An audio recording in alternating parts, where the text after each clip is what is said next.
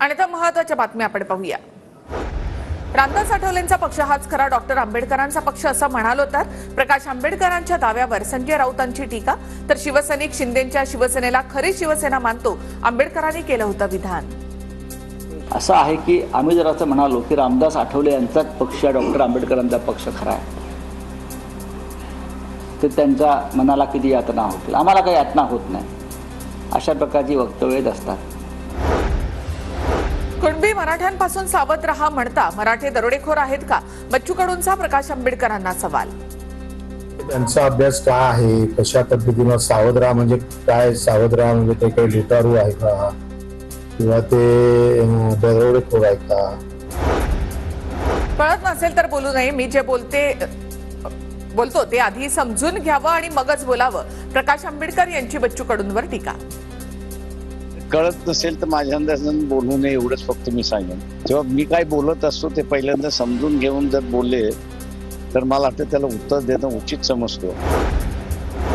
मराठा ठोक मोर्चाचे रमेश केरे यांनी उपमुख्यमंत्री देवेंद्र फडणवीसांची भेट घेतली। आरक्षणाबाबत भाजपची भूमिका मांडणार असं फडणवीसांनी सांगितलं। केरेंची माहिती। देवेंद्रजी, आज महाराष्ट्रातल्या मराठा समाजाची मागणी आहे की मराठा समाजाला ओबीसीतून आरक्षण भेटायला पाहिजे।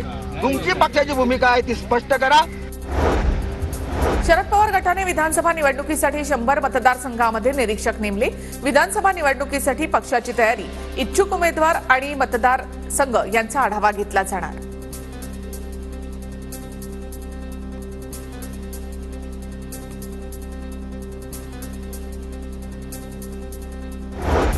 अजित पवार गटाच्या जनसन्मान यात्रेचा टीजर रिलीज। जनसेवक आम्ही शब्दाचे आहोत पक्के, टीजरमध्ये उल्लेख।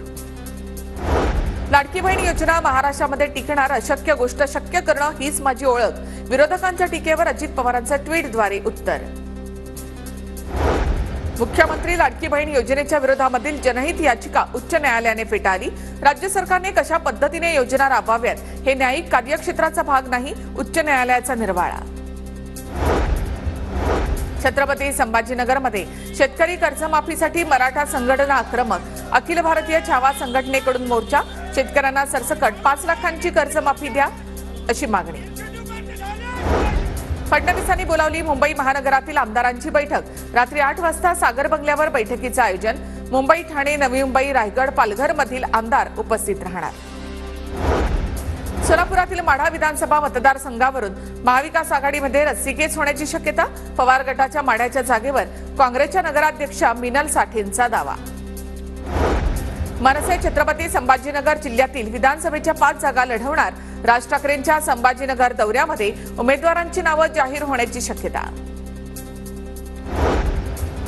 अमोल मिटकरींनी राज ठाकरेंवर केलेली टीका। मनसे कार्यकर्त्यांची जिवारी।